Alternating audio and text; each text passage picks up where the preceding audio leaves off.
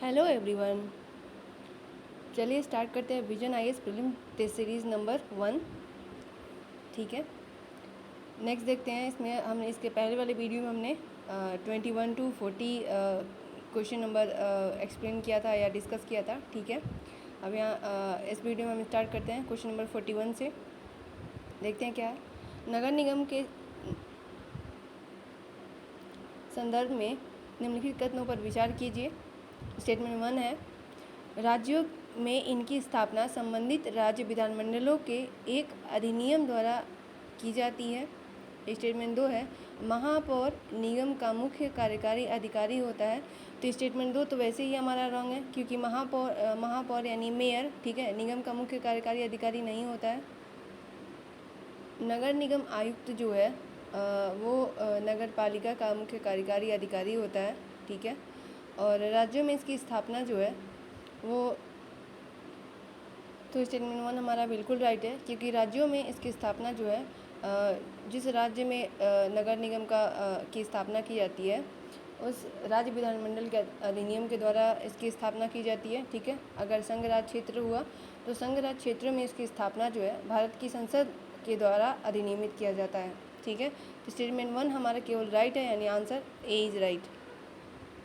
ठीक है, हमारा 41 का ऑप्शन ए राइट है। नेक्स्ट क्वेश्चन देखते हैं, क्वेश्चन नंबर 42।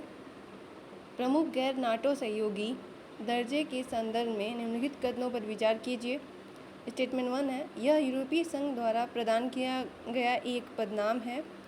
स्टेटमेंट 2 है, यह निर्दिष्ट देश के लिए सैन्य तथा आर्थिक विशेषाधिकार प्रदान करता है और साथ ही सुरक्षा प्रतिबद्धताओं को भी शामिल करता है। तो स्टेटमेंट 1 हमारा बिल्कुल गलत है, क्योंकि यह यूरोपीय संघ का द्वारा प्रदान नहीं किया जाता। यह संयुक्त राज्य अमेरिका के द्वारा प्रदान किया जाता है। ठीक है, और हाल ही में कतर को गैर नाटो सहयोगी सदस्य के रूप में नामित किया गया है। ठीक है, स्टेटमेंट 1 हमारा रॉन्ग है। ठीक है, स्टेटमेंट 2 भी रॉन्ग है। क्यों रॉन्ग है?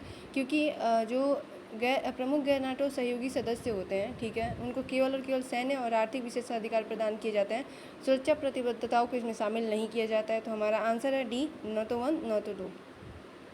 नेक्स्ट क्वेश्चन देखते हैं, क्वेश्चन नंबर 43। निजी सदस्य विधेयक के संदर्भ में निम्नलिखित कथनों पर विचार कीजिए। स्टेटमेंट 1 है, यह संसद के ऐसे किसी भी सदस्य द्वारा पुनः स्थापित किया गया विधेयक है जो मंत्री नहीं है। स्टेटमेंट 2 है, इसका प्रारूप विधि विभाग के परामर्श से संबंधित विभाग द्वारा तैयार किया जाता है। तो इसका स्टेटमेंट 1 हमारा बिल्कुल राइट है। ऐसा कोई भी सदस्य जो मंत्री नहीं होता है उसको हम निजी सदस्य बोलते हैं, और निजी सदस्य द्वारा जो विधेयक लाया जाता है वो निजी सदस्य विधेयक कहलाता है। ठीक है, स्टेटमेंट 1 हमारा राइट है। स्टेटमेंट 2 जो है इसका प्रारूप विधि विभाग के परामर्श से संबंधित विभाग द्वारा तैयार किया जाता है, तो यह बिल्कुल गलत है। इसका जो प्रारूप विधि है वो विभाग के परामर्श से संबंधित विभाग नहीं बल्कि संबंधित सदस्य द्वारा तैयार किया जाता है। ठीक है, तो स्टेटमेंट हमारा 1 केवल सही है, यानी ऑप्शन ए इज़ राइट। ठीक है, ऑप्शन ए हमारा 43 का ऑप्शन ए राइट है। देखते हैं क्वेश्चन नंबर 44। निम्नलिखित कथनों पर विचार कीजिए। स्टेटमेंट 1 है, किसी सदस्य को राज्यसभा के लिए कितनी भी बार नाम निर्देशित किया जा सकता है। स्टेटमेंट 2 है, राज्यसभा का सामान्य कार्यकाल एक बार में 6 वर्ष का होता है। तो स्टेटमेंट 1 जो है हमारा बिल्कुल राइट है। अगर राज्यसभा की बात करें तो राज्यसभा एक स्थायी सदन होता है। ठीक है, और इसमें जो भी जो सदस्य होते हैं वो कितनी भी बार मतलब नाम निर्देशित, इसकी कोई सीमा नहीं है। ठीक है, और स्टेटमेंट 2 जो है, राज्यसभा का जो सामान्य कार्यकाल एक बार में 6 वर्ष होता है, तो ये एक स्थायी सदन होता है। ठीक है, और इसमें इसका कार्यकाल 6 वर्ष का नहीं बल्कि मतलब ये कभी विघटन नहीं होता है। ठीक है, इसका राज्यसभा का कभी विघटन नहीं होता है, इसलिए स्टेटमेंट हमारा 2 रॉन्ग है। ठीक है, यानी हमारा ऑप्शन ए राइट है। बढ़ते हैं अगले क्वेश्चन की तरफ, क्वेश्चन नंबर 45। भारतीय न्यायपालिका के संदर्भ में निम्नलिखित कथनों पर विचार कीजिए। स्टेटमेंट 1 है, उच्चतम न्यायालय के न्यायाधीश के लिए शपथ और प्रतिज्ञान का वर्णन भारतीय संविधान की दूसरी अनुसूची के अंतर्गत किया गया है। तो स्टेटमेंट 1 हमारा बिल्कुल गलत है, क्योंकि उच्चतम न्यायालय के न्यायाधीश के का जो शपथ और प्रतिज्ञान है वो हमारे भारतीय संविधान में दूसरी नहीं बल्कि तीसरी अनुसूची में शामिल किया गया है। तो स्टेटमेंट 1 गलत है। स्टेटमेंट 2 है, भारत के उच्चतम न्यायालय के किसी भी सेवानिवृत्त न्यायाधीश को भारत के राष्ट्रपति की पूर्व सहमति से भारत के मुख्य न्यायाधीश द्वारा उच्चतम न्यायालय के न्यायाधीश के रूप में बैठने और कार्य करने के लिए वापस बुलाया जा सकता है। तो स्टेटमेंट 2 हमारा बिल्कुल राइट है, ठीक है। तो हमारा ऑप्शन बी राइट है, 45 का ऑप्शन बी, ठीक है। नेक्स्ट देखते हैं क्वेश्चन नंबर 46। श्रीमान XYZ उच्चतम न्यायालय का न्यायाधीश बनना चाहते हैं। उच्चतम न्यायालय का न्यायाधीश बनने के लिए न्यूनतम आयु क्या होती है? तो इसमें से हमारा डी ऑप्शन सही है, क्योंकि हमारे संविधान में उच्चतम न्यायालय बनने के लिए कोई भी न्यूनतम आयु के बारे में नहीं कहा गया है, ठीक है। तो ऑप्शन डी हमारा 46 का डी, ठीक है। 47 का देखते हैं। स्माइल योजना के संदर्भ में निम्नलिखित कथनों पर विचार कीजिए।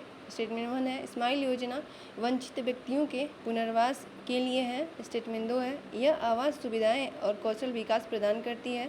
स्टेटमेंट 3 है, इसमें जिला अधिकारी के अधीन ट्रांसजेंडर सुरक्षा प्रकोष्ठ का प्रावधान है। तो इसका स्टेटमेंट 1 हमारा बिल्कुल राइट है। और जो स्माइल योजना है वो सामाजिक न्याय और अधिकारिता मंत्रालय ने केंद्रीय क्षेत्रक योजना के द्वारा इसका शुभारंभ किया है, ठीक है। ये स्माइल योजना जो है इसमें ट्रांसजेंडर जो समुदाय है और जितने भी भिक्षक है, गरीब हैं, ठीक है, उनके लिए कल्याण और उन्हें पुनर्वास प्रदान करने के लिए इस योजना की शुरुआत की गई है, ठीक है। स्टेटमेंट 2 जो है यह आवास सुविधाएं और कौशल विकास प्रदान करती, बिल्कुल सही है, ठीक है। और स्टेटमेंट 3 जो है हमारा गलत है, ठीक है। तो इसका आंसर है ए 1 और 2। नेक्स्ट क्वेश्चन देखते हैं 48। PM cares for children scheme के संदर्भ में निम्नलिखित कथनों पर विचार कीजिए। स्टेटमेंट 1 है, इसे उन बच्चों के पुनर्वास और शिक्षा को सुनिश्चित करने हेतु गैप फंडिंग के लिए शुरू किया गया है, जिन्होंने कोविड-19 महामारी के कारण अपने माता पिता दोनों को खो दिया है। स्टेटमेंट 2 है, इसमें 18 वर्ष की आयु से मासिक वजीफा और 23 वर्ष की आयु होने पर एक मुश्त 10 लाख रुपए प्रदान किए जाएंगे। तो इसमें दोनों स्टेटमेंट राइट है PM care for children scheme के लिए, ठीक है, ये दोनों राइट है। ऑप्शन सी हमारा राइट। 48 का ऑप्शन सी हमारा राइट है, 1 और 2। देखते हैं नेक्स्ट क्वेश्चन नंबर 49 है, निम्नलिखित में से किस मामले में उच्चतम न्यायालय का आरंभिक या मूल क्षेत्राधिकार है, ठीक है। ऑप्शन डी है इसमें हमारा रीट क्षेत्राधिकार, यानी उच्चतम न्यायालय का जो है वो मूल क्षेत्राधिकार रीट क्षेत्राधिकार है। नेक्स्ट देखते हैं 50 क्वेश्चन नंबर 50। हाल ही में उच्चतम न्यायालय ने केंद्र और राज्यों से नागरिकों के मूल कर्तव्यों को लागू करने हेतु एक याचिका का उत्तर देने के लिए कहा था। मूल कर्तव्यों के संदर्भ में निम्नलिखित कथनों पर विचार कीजिए। स्टेटमेंट 1 है, वर्तमान में 14 मूल कर्तव्य हैं। स्टेटमेंट 2 है, संविधान में उनके शामिल होने के बाद कर्तव्यों को समाविष्ट करने वाले भाग में केवल एक बार संशोधन किया गया। तो स्टेटमेंट 1 हमारा बिल्कुल गलत है, क्योंकि हमारे संविधान के आर्टिकल 51 क्लॉज 1 में ये कहा गया है कि उच्चतम न्यायालय के जो है वो उच्चतम न्यायालय ने नागरिकों के 11 मूल कर्तव्यों का वर्णन किया है, ठीक है, 14 नहीं 11। और स्टेटमेंट 2 जो है वो हमारा बिल्कुल राइट है। इसमें संविधान में उनके शामिल होने के बाद कर्तव्यों को समाविष्ट करने वाले भाग में केवल एक बार ही संशोधन किया गया। यह संशोधन 86वें संविधान संशोधन अधिनियम 2002 द्वारा किया गया था, ठीक है। तो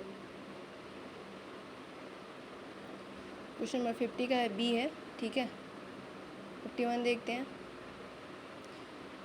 यदि राष्ट्रपति उच्चतम न्यायालय से व्यापक महत्व के किसी विषय पर विधिक परामर्श लेना चाहते हैं तो ऑप्शन ए, उच्चतम न्यायालय से स्वयं को विधायी शक्ति मान सकता है।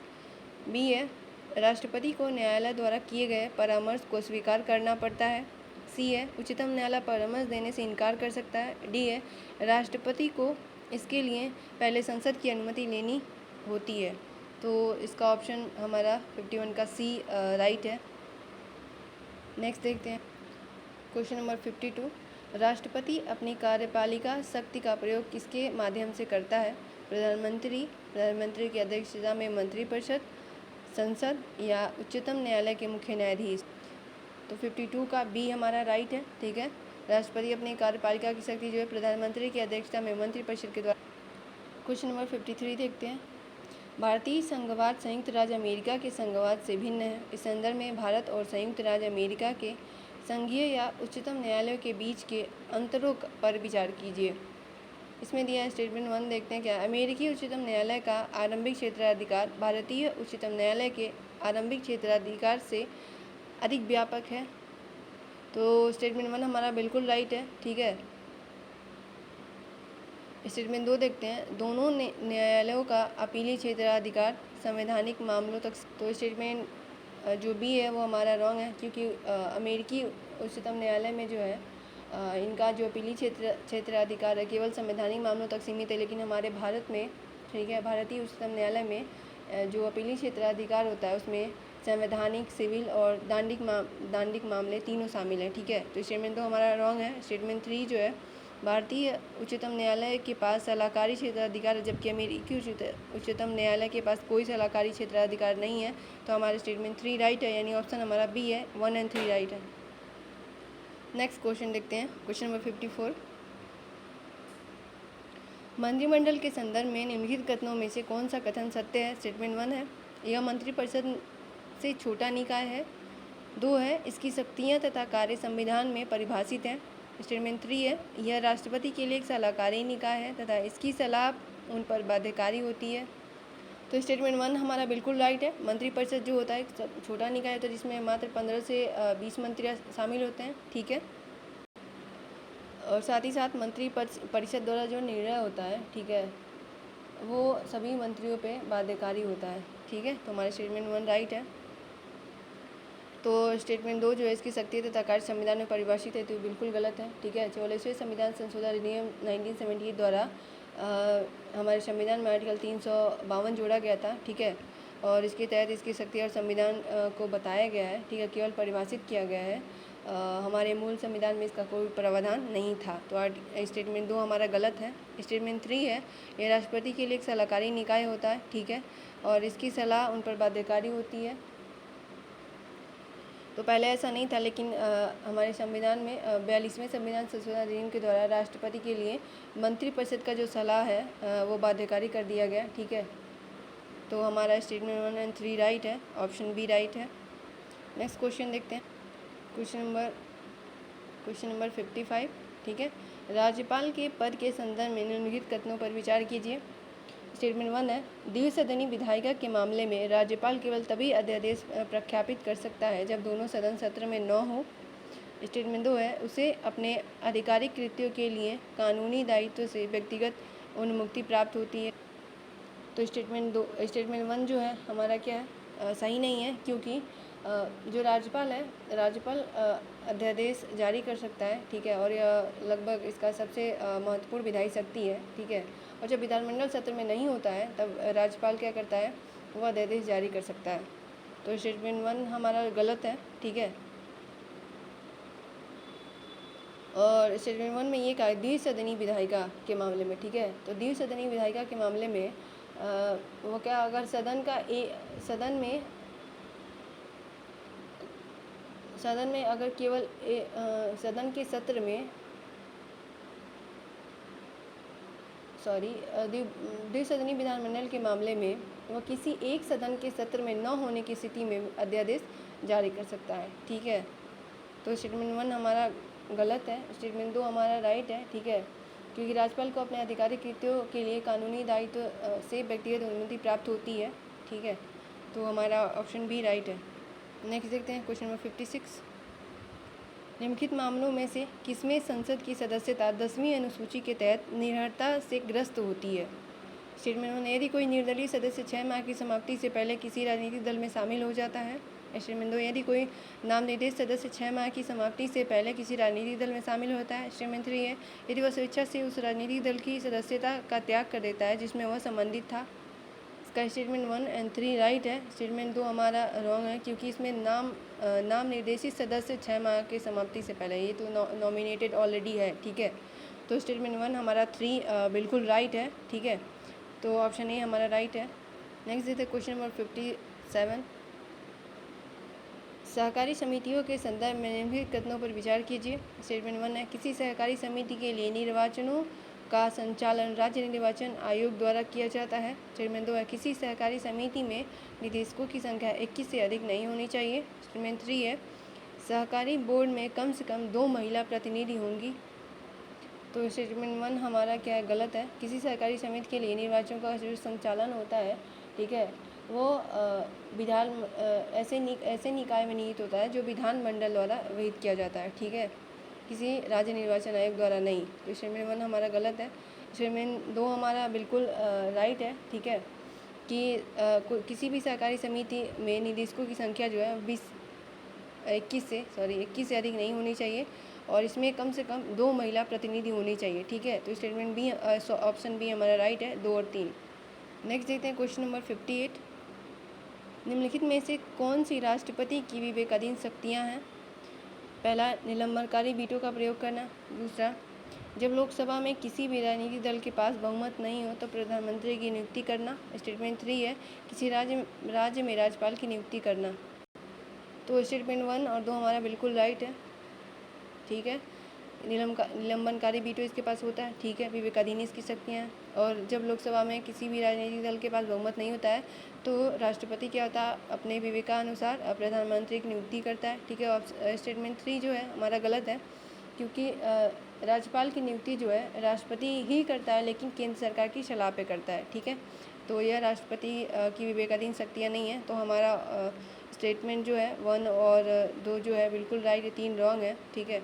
तो ऑप्शन बी हमारा राइट है। नेक्स्ट देखते हैं क्वेश्चन नंबर 59।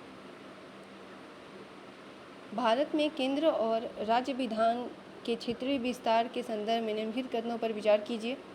स्टेटमेंट 1 है, संपूर्ण भारत या उसके राज्य क्षेत्र के किसी भाग के लिए संसद की क्षेत्रीय अधिकारिता असीम प्रकृति की है। स्टेटमेंट 2 है, राज्य विधानमंडल द्वारा बनाए गए कानून उस राज्य के बाहर नहीं लागू हो सकते। तो स्टेटमेंट 1 हम देखते हैं। तो स्टेटमेंट 1 हमारा गलत है। संपूर्ण भारत या उसके राज्य क्षेत्र के किसी भाग के लिए संसद की जो क्षेत्रीय अधिकारिता असीम प्रकृति की नहीं होती है, ठीक है। तो स्टेटमेंट 1 गलत है। स्टेटमेंट 2 जो है वो राज्य विधानमंडल द्वारा बनाए गए कानून उस राज्य के बाहर लागू नहीं किया जा सकता। तो स्टेटमेंट 2 भी हमारा रॉन्ग है। क्यों? क्योंकि राज्य विधानमंडल द्वारा बनाए गए कानून उस राज्य के बाहर लागू नहीं हो सकते हैं, लेकिन एक स्थिति ऐसी है जिसमें यह लागू हो सकता है कि जब राज्य और उस वस्तु के संबंध में उस वस्तु में संबंध पर्याप्त हो, ठीक है। एग्जाम्पल के तौर पे अगर बेंगलुरु में अगर कोई मुद्रित या प्रकाशित कोई न्यूज़ मैगज़ीन है, ठीक है, और लेकिन उसे बॉम्बे में उसका व्यापक प्रचार किया जा रहा हो, ठीक है, तो ऐसा कुछ है, ठीक है। तो ऑप्शन जो है वो डी राइट है इसमें, न तो 1 न तो 2। नेक्स्ट देखते हैं क्वेश्चन नंबर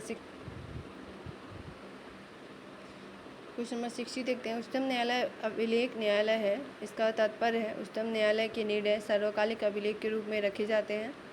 स्टेटमेंट 2 है, उच्चतम न्यायालय के पास न्यायालय की अवमानना के लिए दंड देने की शक्ति है। तो क्वेश्चन नंबर 60 का दोनों स्टेटमेंट राइट है, ठीक है।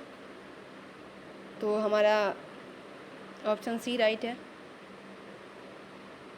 आज के लिए बस इतना ही। मिलते हैं नेक्स्ट वीडियो में क्वेश्चन नंबर 61 टू लेके 80 तक, ठीक है। Thank you.